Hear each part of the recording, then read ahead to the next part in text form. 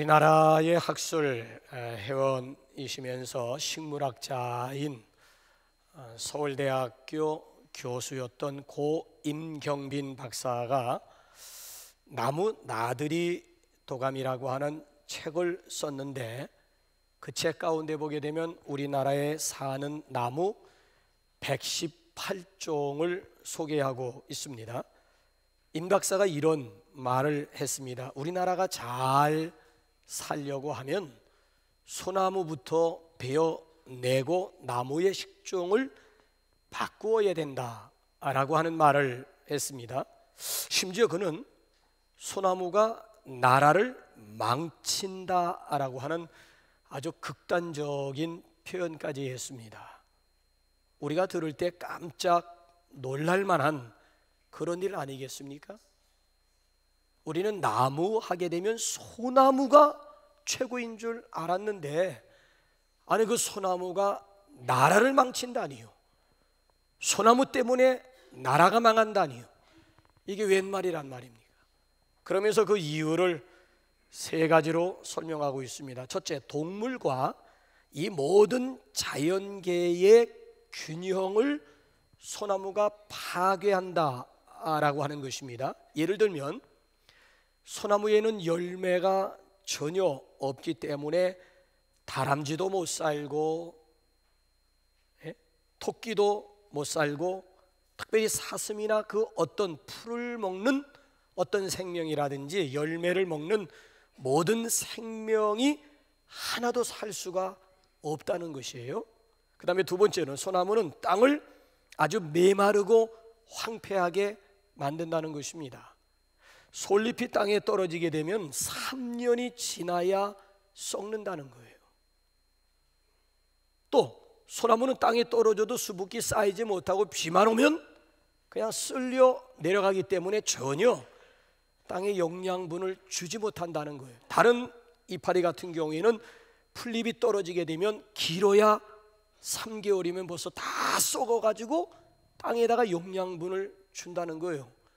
근데 소나무는 전혀, 땅에 떨어져도 오래 3년 지나야 썩을 뿐만 아니라 있는 동안에 그냥 스쳐 물에 쓸려 내려가기 때문에 땅에 영양분을 주지 못한다는 거예요. 그래서 우리나라가 다른 나라에 비해서 돌이 많은 이유도 거기에 있다는 거예요. 쓸리고 또 쓸리다 보니까 저기 있는 북한산처럼 되어버리고 말았다라고 하는 주장이에요.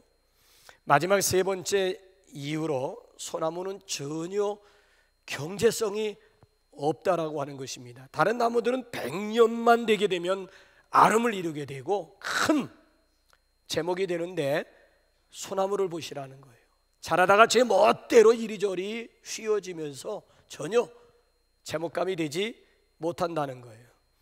아닌 게 아니라 미국 서부를 쭉 여행하면서 요세미티 공원을 갔더니만 같이 갔던 사람 10사람이 이렇게 서로 손을 붙잡고 끌어 안아야 될 정도로 어마어마한 아름진 그런 나무들이, 위를 쳐다봤더니 끝이 안 보일 정도로 이런 나무들이 아주 수두룩 하더라고요.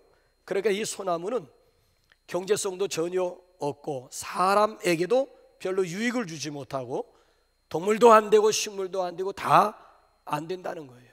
그 자체에 자신에게도 별로 유익이 되지 않는다라고 하는 주장입니다. 그럼에도 우리는 지금까지 그런 생각들을 전혀 해보지도 못했다는 거예요. 그저 나무 하게 되면 소나무가 제일인 줄 알았지요. 그래서 애국가에도 보게 되면 남산 위에 저 소나무 철갑을 두른, 그러니까 아주 소나무를 볼 때마다 자랑스럽게 생각을 했지, 소나무 때문에 오히려 자연계의 균형이 파괴가 된다라고 하는 것은 전혀 생각지도 못했다라고 하는 거예요. 이것만 바뀌면 경제도 발전하고 인간도 발전하고 자연도 잘 되고 다 잘 될 수가 있는데, 이 문제를 깊이 생각하는 그런 사람이 없었다. 그렇기 때문에 발전할 수 없었다고 오히려 강변을 하고 있습니다. 기껏해야 그저 소나무 하게 되면 관상수 아니면 그저 그 밑에서 송이버섯이나 따먹을 생각을 했지, 이것이 나라 발전에 얼마나 도움이 되느냐라고 하는 문제에 대해서는 깊이 생각을 해보지 못했다라고 하는 주장이었습니다. 뭔가 좀 깊이 좀 생각을 하고 멀리 생각을 하고 그리고 뭔가 좀 변해야 되는데 변할 생각조차 하지 못했다는 거예요. 여러분, 신앙생활은 다른 말로 바뀌는 것이라고 할 수가 있습니다. 그러니까 개혁하는 것이고 갱신하는 것이라고 말씀을 드릴 수가 있습니다. 그러니까 우리의 이 옛 생각이라든지 옛 습성이라든지 옛 성품이라든지 옛 모습이 바뀌는 거예요. 그래서 종교 개혁자 마틴 루터라고 하는 사람이 아주 그런 의미 있는 말을 했어요. 데일리 베프티즘. 나는 매일같이 세례를 받는다. 데일리 베프티즘. 나는 매일 세례를 받는다라고 하는 그런 표현을 했어요. 사도 바울도 고린도후서 5장에 보게 되면 누구든지 그리스도 안에 있으면 새로운 피조물이라. 이전 것은 지나갔으니 보라 새 것이 되었도다. 보라 새 것이 되었도다. 고린도후서 4장을 보게 되면 날로 새롭도다. 날마다 새롭도다. 이것이 바로 신앙인의 모습이요 신앙인의 자세라고 하는 거예요. 고여있는 물은 반드시 썩게 되어 있습니다. 이스라엘 성지를 여행하다 보게 되면은 자연학습을 하게 되는데 중부지방에 가게 되면 사해바다가 있고 북부지방에 가게 되면 갈릴리 바다가 있습니다. 이 두 바다는 서로 너무 대조적인 거 있지요.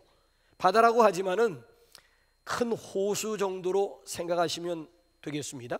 이 사해바다는 문자 그대로 죽을 사자 바다 해자 죽은 바다예요. 왜 바다가 사해가 되었을까요? 물이 고여 있거든요. 위로부터 요단강을 통해 가지고 물을 받는 대로 흘러보내면 문제는 없어요. 근데 물을 받기만 했지 흘러보내지를 않아요.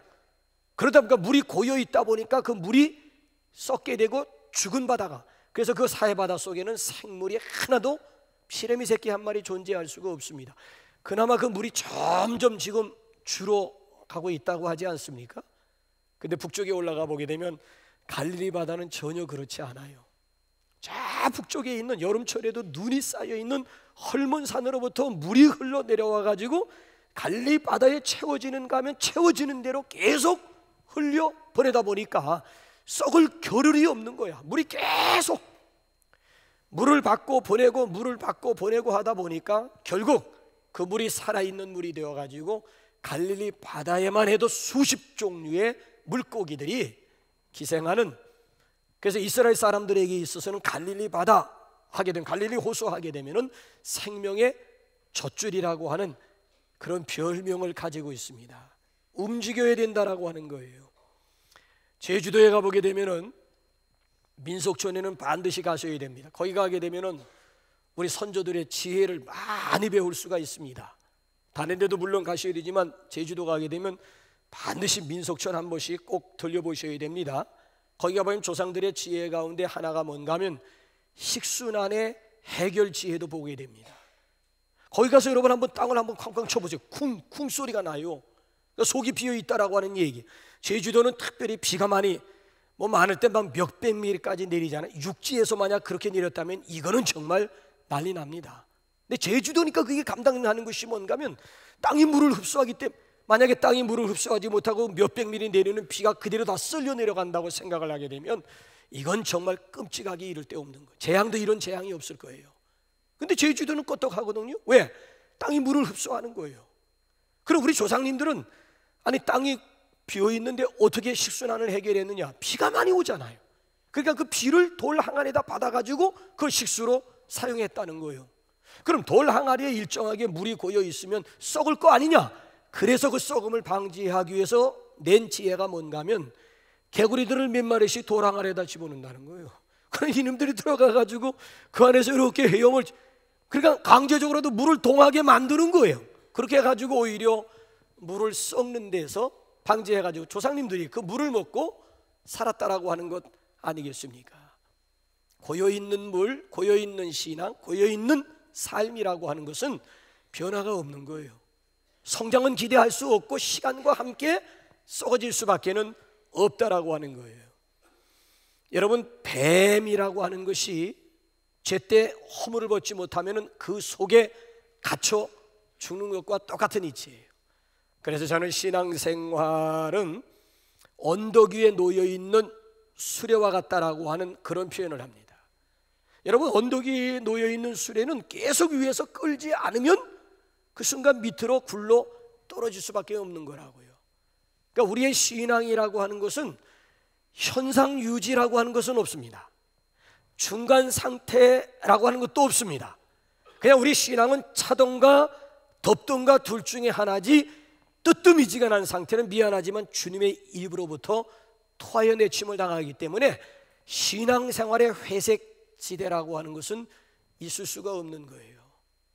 발전하든가 퇴보하든가 차든가 뜨겁든가 둘 중에 하나가 되는 것이지 중간 회색지대라고 하는 것은 존재하지 않아요.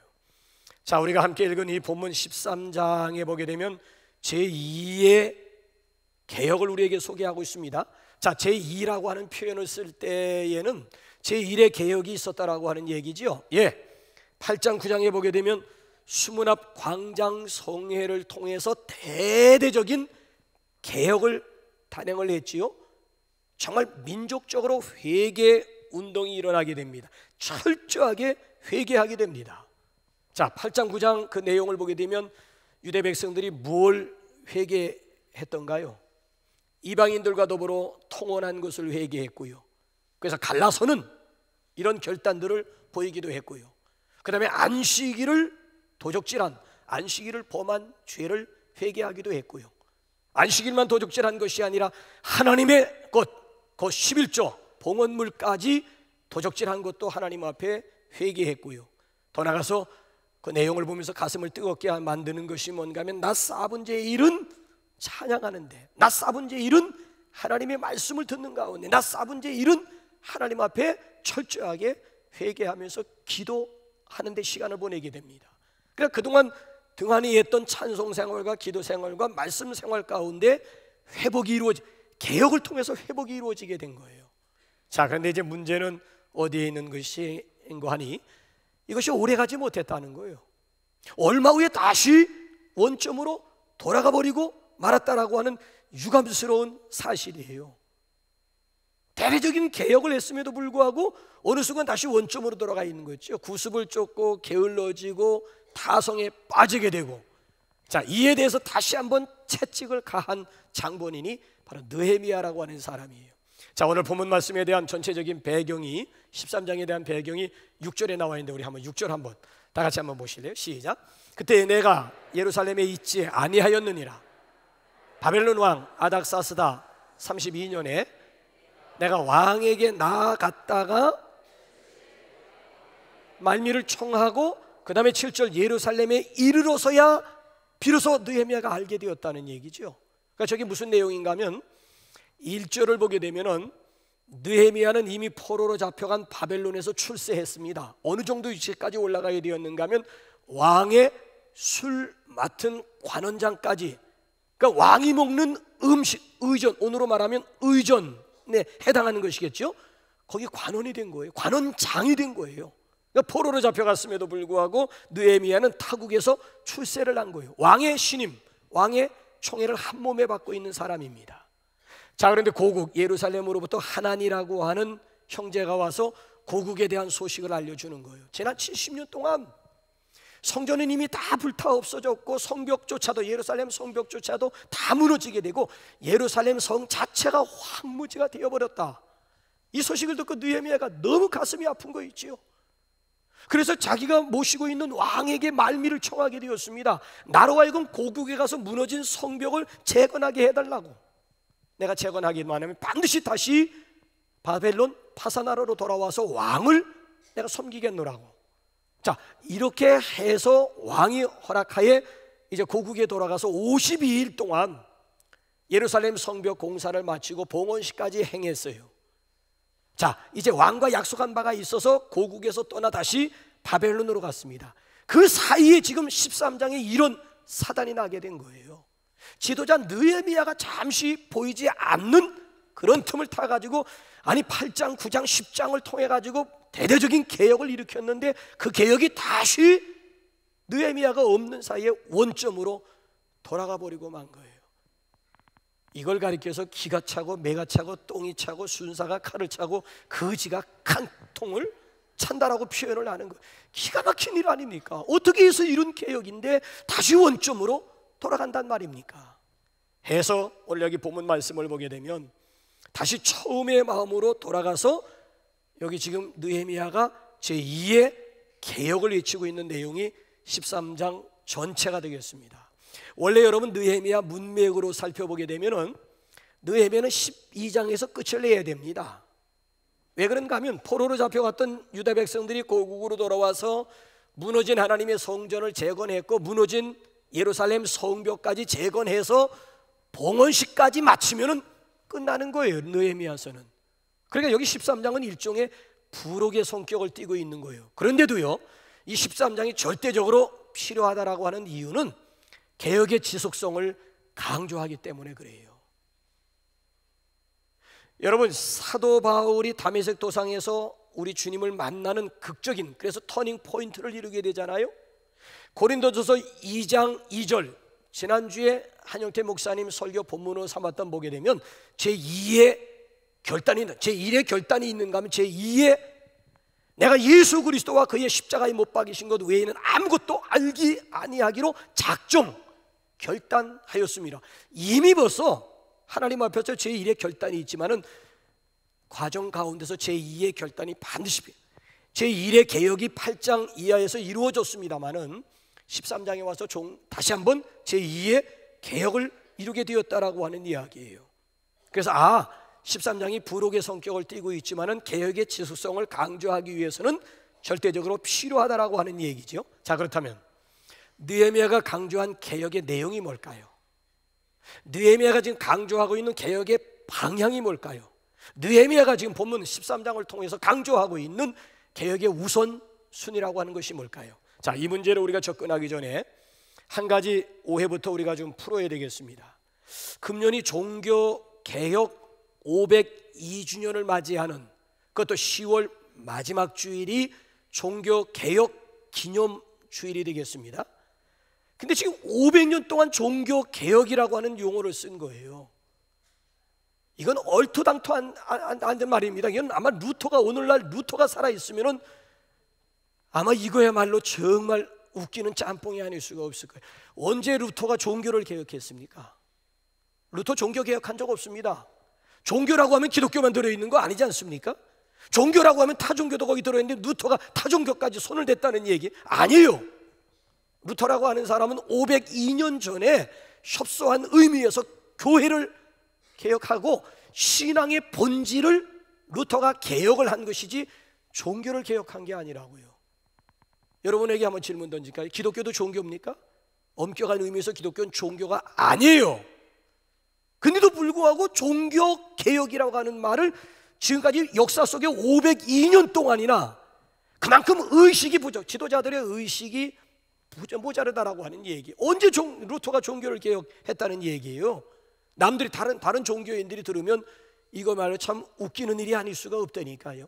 교회 개혁이에요. 종교 개혁이 아니고 교회 개혁 502주년 맞는 해라고요. 어쨌든 좌우지간 오늘은 이런 의미 있는 주일을 맞이해 가지고 우리 자신들의 신앙 가운데 개혁해야 될 부분이 뭔지, 또 우리 교회적으로 공동체적으로 우리 교회 개혁이 필요한 부분이 무엇인가를 좀 함께 고민하는 좀 그런 시간을 갖고자 합니다. 먼저 오늘 여기 본문 말씀을 보게 되면 교회 개혁이 이루어지게 됩니다. 자, 그래서 1절부터 3절까지 내용을 보게 되면 신명기 율법에 따라서 모압인과 암몬 사람은 이스라엘 회중 가운데 들어올 수가 없습니다.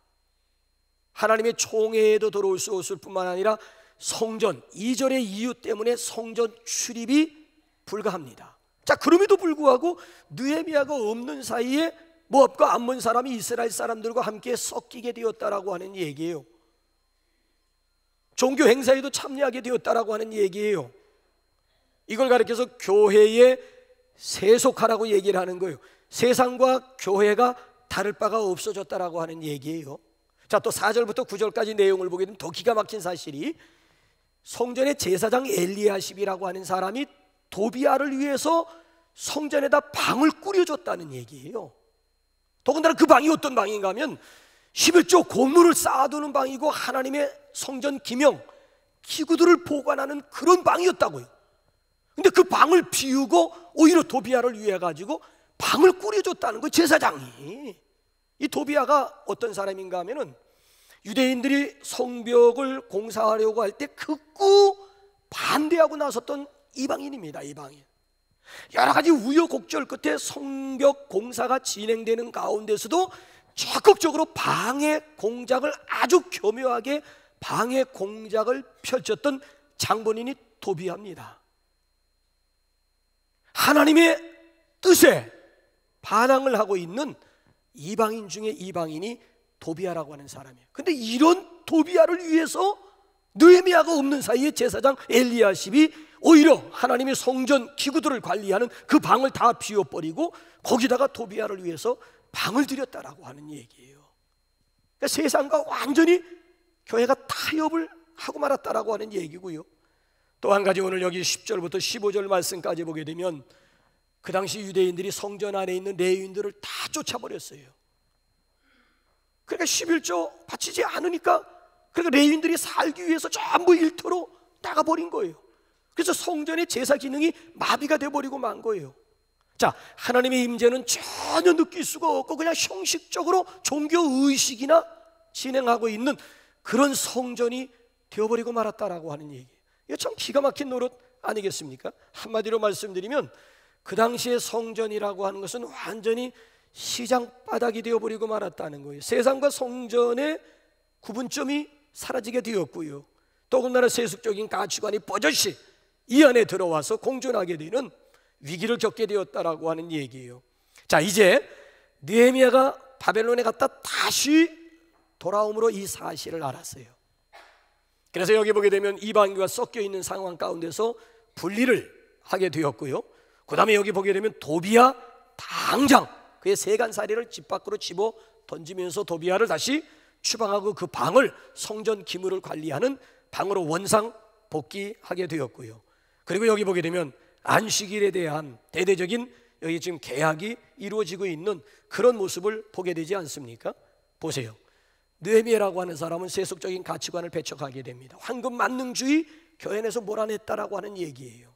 자, 그렇다고 한다면은 오늘 우리 교회 개혁 502주년을 맞이해서 우리 교회 개혁이 필요한 부분은 여러분들은 뭐라고 생각하십니까? 교회의 사명 아니면 교회의 존재 이유와 목적에 걸맞지 않는 사역, 교회의 사명, 교회의 존재 목적과 맞지 않는 그런 프로그램들이 우리 교회에 무엇이 있느냐라고 하는 얘기예요. 다시 이걸 역으로 질문하게 되면은 과연 우리 교회 예배가 살아있는가를 점검해 봐야 된다는 거예요. 과연 우리 교회의 교육과 훈련이라고 하는 시스템이 제대로 굴러가고 있느냐라고 하는 그런 도전이에요. 과연 우리 교회의 사명인 전도와 선교라고 하는 이 부분이 살아있느냐라고 하는 도전이에요. 과연 지역에 속한 교회에서 이 지역을 사해서 우리가 섬김과 봉사의 사명 제대로 감당하고 있느냐라고 하는 질문이에요. 더 나아가서 성도의 교제 코이노니아가 과연 우리 가운데 살아있느냐라고 하는 도전이에요. 어떻습니까 여러분들? 여러분들이 소그룹 셀이라든지 아니면 대그룹을 통해 가지고 여러분들이 남북 공동체 일원이라고 하는 그리스도의 몸의 한 지체라고 하는 그런 의식을 여러분들이 느끼며 경험할 수 있느냐라고 하는 얘기예요. 5가지 교회의 사명, 5가지 교회의 존재 이유와 목적에 걸맞지 않는 그런 요소들이 우리 교회 가운데 무엇이냐라고 하는 것. 지금도 우리가 늦지 않았잖아요. 개혁해야 돼요. 갱신해야 될 부분에 대해서 과감하게 갱신이 필요. 갱신하지 않으면 결국 교회가 세속에 물들게 되면 결국 교회는 역사적으로 보게 되면 자동적으로 무너지게 되었다라고 하는 얘기예요. 그래서 이 시대 교회의 최대 위기는 교회 세속화라고 하는 얘기예요. 그래서 느헤미야라고 하는 사람은 세상과 구분점이 안 되는 이 부분에 대해서 확실하게 선을 긋는 개혁을 단행했다라고 하는 얘기고요. 또 한 가지 이제 중요한 것은 신앙의 개혁입니다. 자, 이제 15절부터 22절까지 보게 되면 소위 이거는 안식일에 대한 문제잖아요. 느헤미야가 잠시 고국을 떠나 있는 동안에 남아있는 유대 백성들이 안식일 날도 뭘 했는가 하면 매매를 했다는 거예요. 매매를. 특별히 그 뒷부분을 보게 되면은 심지어 전형적인 장사꾼인 두로 상인과 합세를 했다라고 하는. 요건 아주 완전히 두로는 시돈과 두로는 여러분 아는 대로 바닷가 아닙니까? 해변 장사꾼이에요. 장사꾼.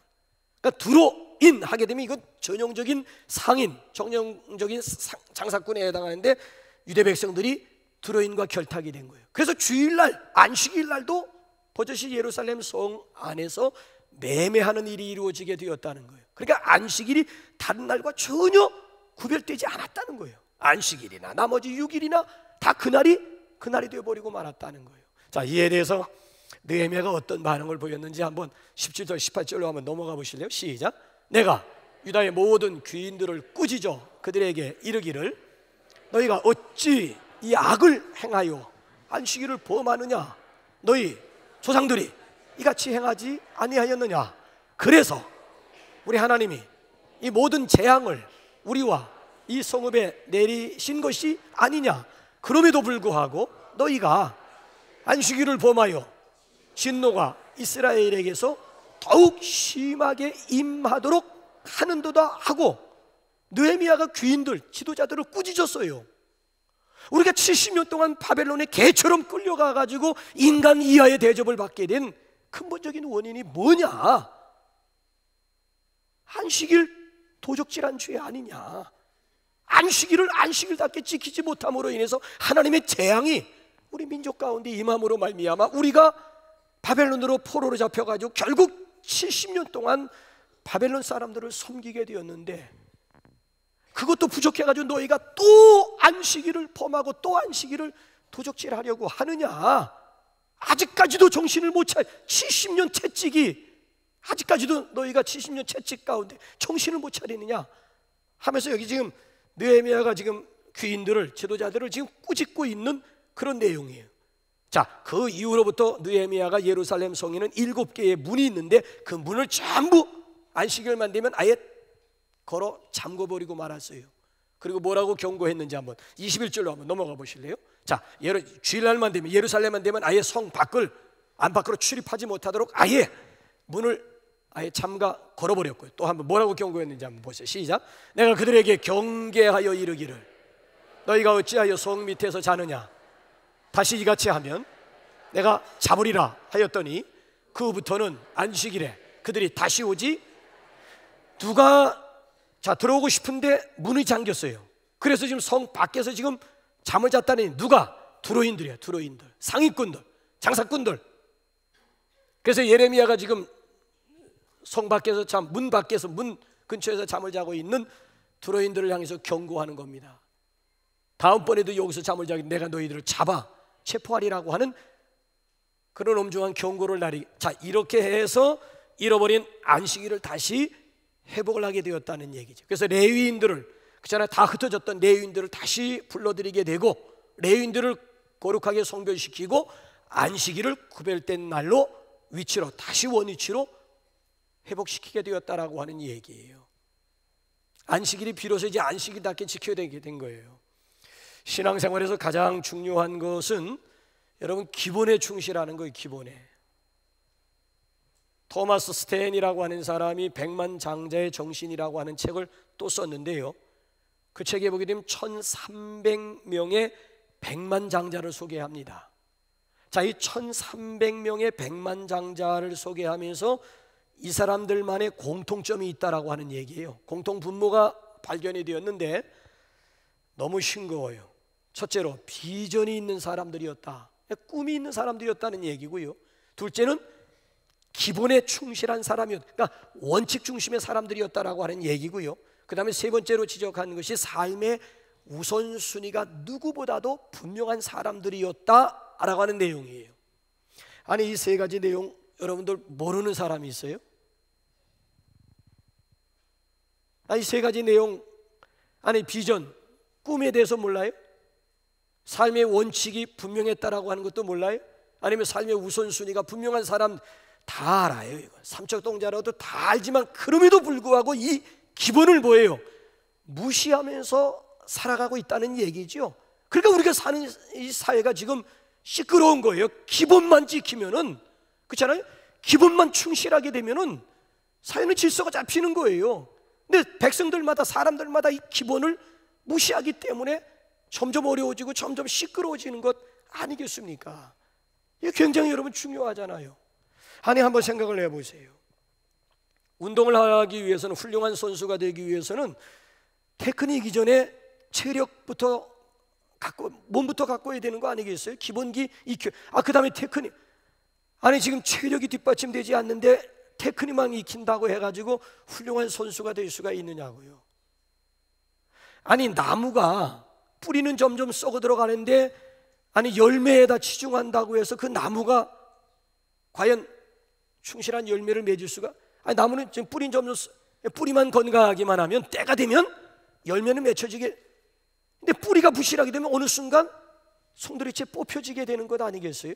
공부도 그렇잖아요. 지나놓고 보니까 공부도 기본기가 있어야 되는, 기본이 있어야 되는 거예요. 기본. 그러니까 영어를 공부하려면 ABC부터 해야 되는 거고, 수학을 공부하기 위해서는 구구단 정도는, 그거 안 되면 어느 순간 가게 되면 막힌다니까요. 한계가 있다니까요. 신앙생활도 마찬가지예요. 이 기본이라고 하는 것이 굉장히, 기초라고 하는 것이 굉장히, 신앙에도 ABC가 있는 거예요. 근데 신앙이 기초가 다져지지 않은 분들 같은 경우에는 어느 정도 자기 열심 가지고 성장하는 것 같지만 그 순간 멈춰버립니다. 그래서 현재 지금 신앙생활 가운데 성장이 멈춰버린 신자들이 얼마나 많은지, 당신 자신이 신앙이 지금 정지되었다라고 하는 것도 몰라, 또 너무 답답한 거예요. 자, 이런 사람들은요, 어느 한순간, 결정적인 순간에 맞닥뜨리게 되면 성수대격장 나고 삼풍백화점 짝, 형편없이 신앙 무너지. 보세요, 여러분들 지금까지 믿음 생활하면서 여러분들이 시험 들었던 내용들 한번 가지고 여러분 스스로 한번 돌아보라고요. 과연 그런 문제 가지고 내 신앙이 근본이 뿌리채 흔들릴 만한 그런 시험거리가 과연 되더란 말이냐라고 하는 거예요. 여러분, 무엇 때문에 여러분들 흔들렸습니까? 무엇 때문에 흔들리고 있습니까? 과연 그 문제가 과연 내 신앙의 본질까지 흔들 만한 그런 시험거리가 되느냐라고 한번 질문해 보세요. 왜? 내가 지금 기본이 지금 안 돼 있는 거예요. 지금 신앙의 ABC부터 제대로, 지금 신앙의 걸음마부터 제대로 해야 되는데 신앙의 유치원에서 잘못 배웠다라고 하는 이야기예요. 여러분, 신앙생활의 가장 기본은요, 느헤미야서를 통해서 가르쳐주는 신앙생활의 기본이라고 하는 것은 11조와 주일 성수입니다. 앞부분에서는 너희가 하나님의 것을 도적질했다 해서 유다 백성들이 회개하는 내용이 나오고요, 오늘 여기 13장 보게 되면 너희가 안식일을 도적질함으로 말미암아 하나님의 재앙이 너희에게 임해서 70년 동안 바벨론에서 포로 생활했다라고 지적을 해주고 있어요. 여러분, 11조라고 하는 것은 하나님의 주권을 인정해 드리는 결단이에요.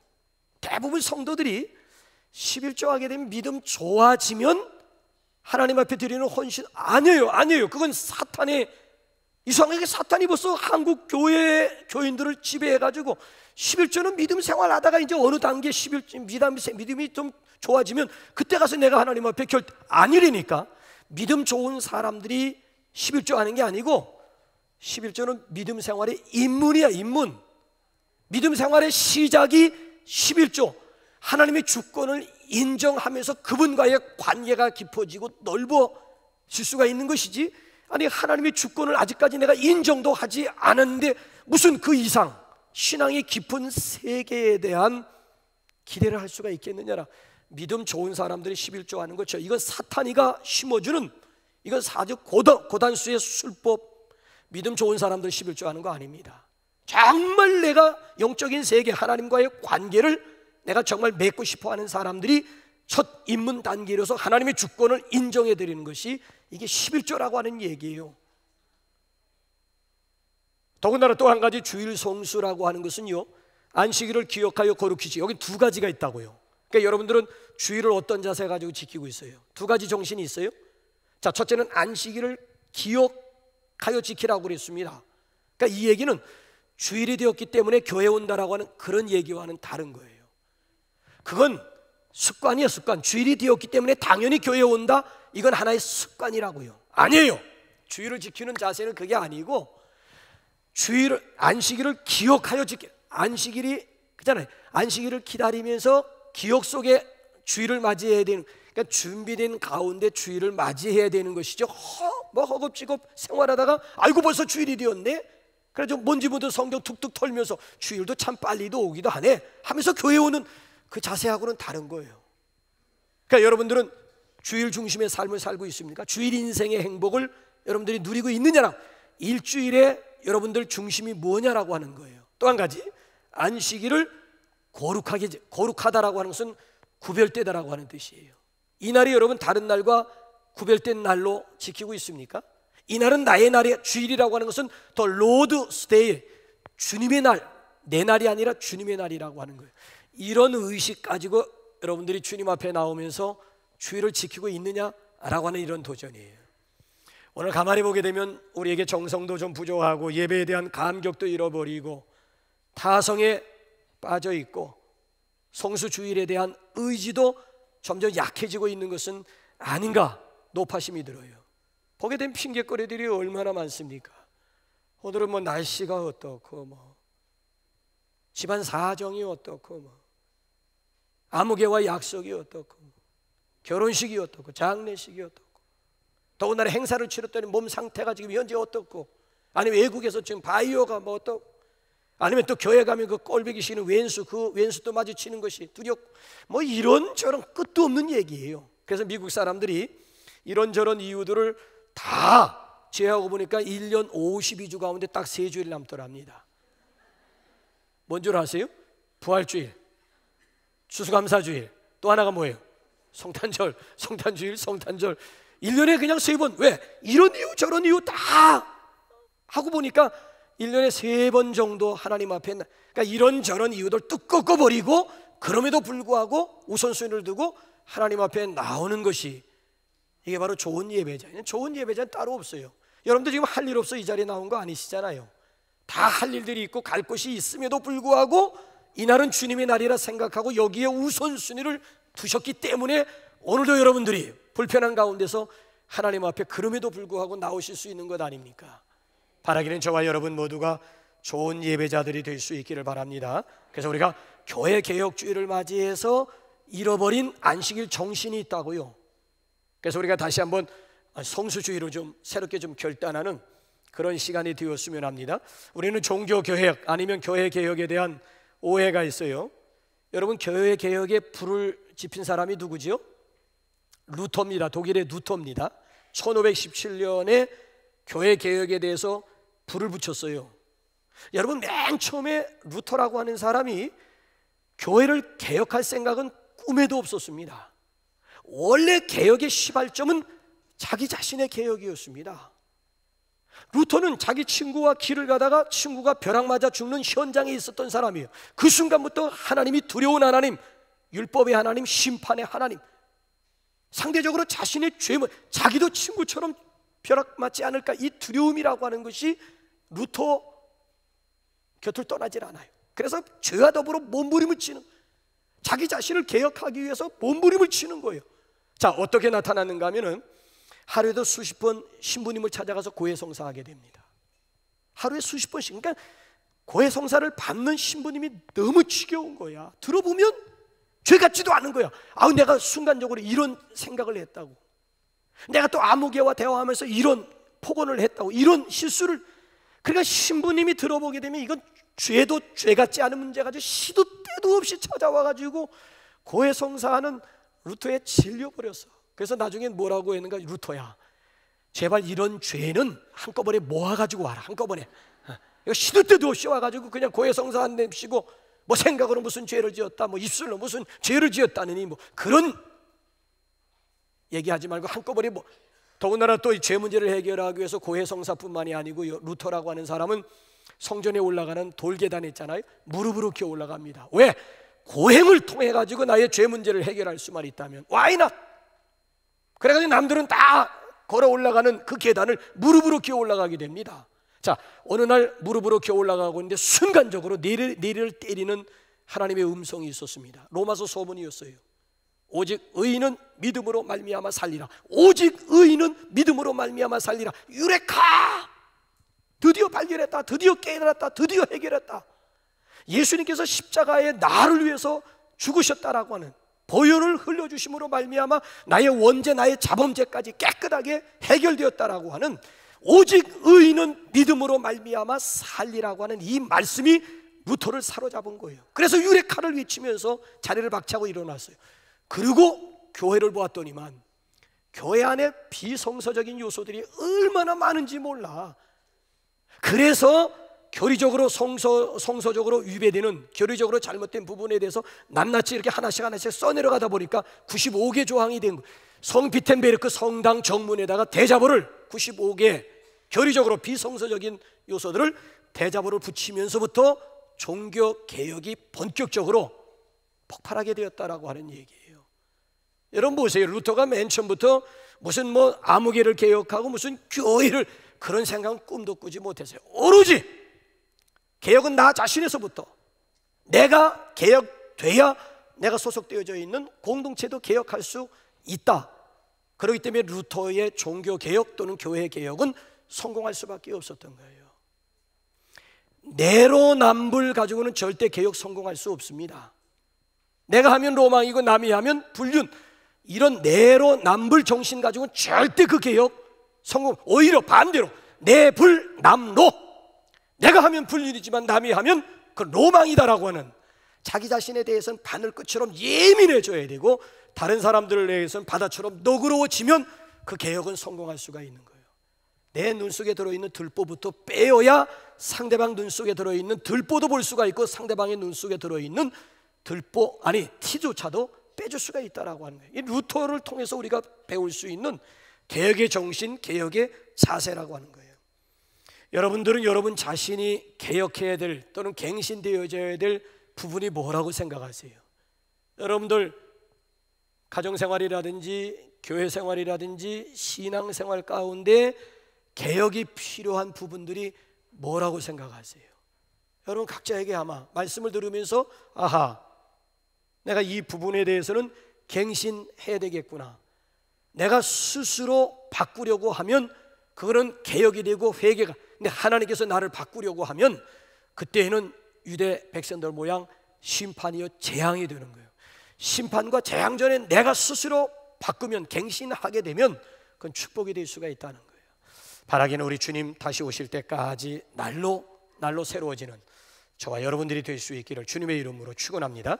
우리 이 시간 뷸라 우리 중창단 나와서 우리 특성과 함께 하나님 앞에 봉헌 드리도록 그렇게 하겠습니다.